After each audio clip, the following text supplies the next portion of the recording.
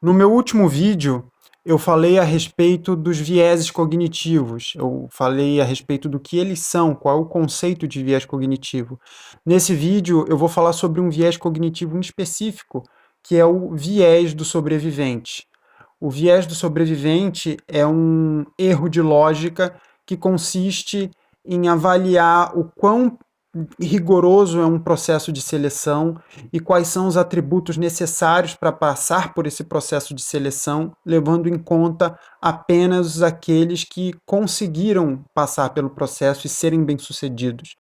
Falando de forma mais simples, chama-se viés do sobrevivente porque consiste em julgar, por exemplo, o quão perigosa é uma situação e quais são as qualidades necessárias para sobreviver a ela, levando em conta apenas as experiências dos que sobreviveram, sem levar em conta o que levou aqueles que não sobreviveram a falharem.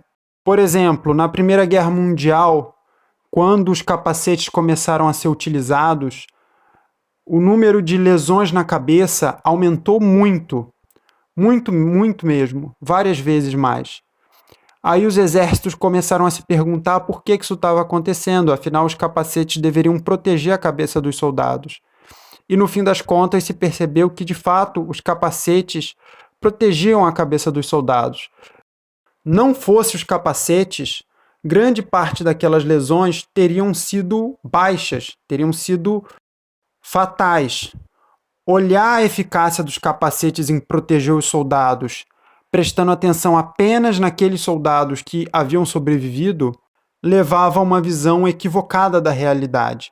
Mas um exemplo ainda mais emblemático do viés do sobrevivente ocorreu na Segunda Guerra Mundial. Os Estados Unidos queriam blindar os seus bombardeiros, que estavam sobrevoando a Alemanha e realizando missões de bombardeio. No entanto, não era possível blindar os aviões por inteiro, porque senão eles se tornariam pesados demais. Era necessário colocar a blindagem só em partes estratégicas dos aviões. Agora, como saber aonde colocar a blindagem? Como saber quais os melhores lugares? Bem, os militares olhavam os aviões que voltavam, prestavam atenção aonde estavam os buracos de bala e colocavam a blindagem exatamente ali. Então, o número de baixas dos aviões não diminuiu. Eles continuaram sendo abatidos com a mesma frequência e os militares começaram a se perguntar o porquê. Foi então que eles pediram para um matemático chamado Abraham Weil, eu acho que é assim que se pronuncia, eu só vi o nome dele escrito, que ajudasse eles a entender o porquê isso estava acontecendo. Ele era um matemático especializado em resolver problemas de lógica e também lidar com estatísticas. E ele deu uma ideia muito simples. É necessário blindar exatamente aquelas partes que não levaram tiros. Aquelas que levaram menos tiros são as que precisam ser blindadas. Por quê? Porque os aviões que foram atingidos nessas áreas não voltaram. Os aviões apareciam sem buracos de bala nos motores, por exemplo, não porque os motores não eram atingidos, e sim porque aqueles que eram atingidos nos motores não voltavam.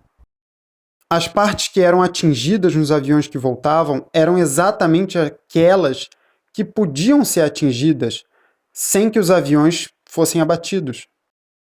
E a estratégia deu muito certo, o número de baixas despencou, demonstrando que não funciona muito bem avaliar uma situação de risco, levando em conta apenas as experiências dos que conseguiram se sair bem naquela situação.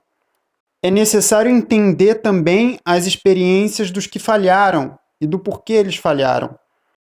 O problema é que a nossa mente tem uma tendência muito maior a se focar e a querer aprender a respeito de experiências de sucesso do que de experiências de fracasso. Isso leva a erros de julgamento, como, por exemplo, achar que vai ser fácil abrir uma empresa e expandir, crescer, tornar essa empresa bem-sucedida, porque viu um exemplo de sucesso e acha que vai ser capaz de replicar aquele exemplo de sucesso, sem nunca se interessar ou prestar atenção nos milhares de exemplos de fracasso de empresas que foram à falência ou que não conseguiram crescer muito rapidamente, permaneceram pequenas ali tentando sobreviver.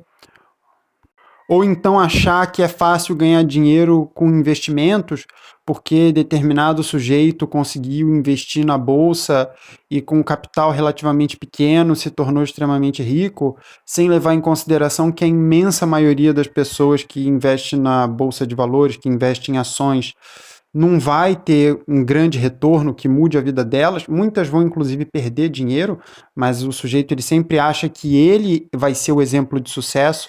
Ele nunca se interessa em entender por que aqueles que falharam falharam, em aprender com os erros dos que falharam, ou então simplesmente ter uma noção mais realista da real dificuldade da tarefa que ele está tentando enfrentar, já que aquele exemplo de sucesso faz tudo parecer muito fácil.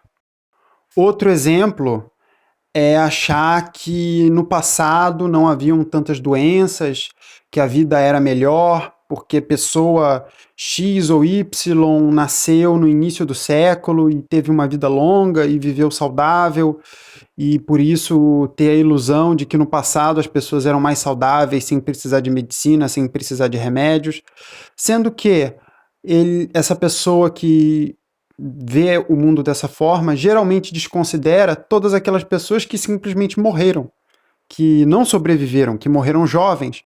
Ele vê sempre o sujeito que tem 80 anos e ainda está lúcido e nunca lembra do primo dele que morreu de tuberculose quando era criança.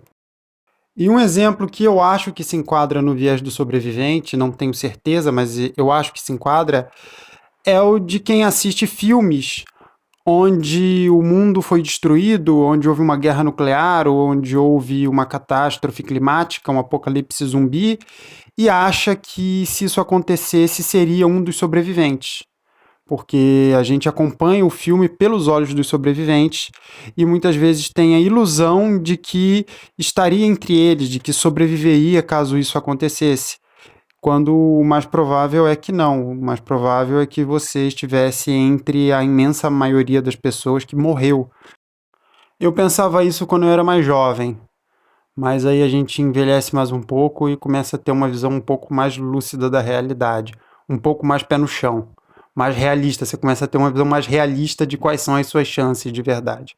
Eu acho que isso se enquadra como esse viés do sobrevivente. Eu acho. Então, me diga, você que está me ouvindo, deixa aí um comentário. Você acha que esse exemplo que eu dei no final do sobrevivente no filme se enquadra no viés do sobrevivente? Ou corresponde a algum outro tipo de viés psicológico? Então eu vou ficando por aqui. Até o próximo vídeo que eu irei postar em breve. Dê um like, aperte o botão de gostei, inscreva-se no canal. Se quiser, deixe um comentário. Essas 3 atitudes ajudam o vídeo a ser recomendado para mais pessoas, ajuda a convencer o YouTube de que esses vídeos valem a pena ser recomendados. Então, até a próxima e tchau.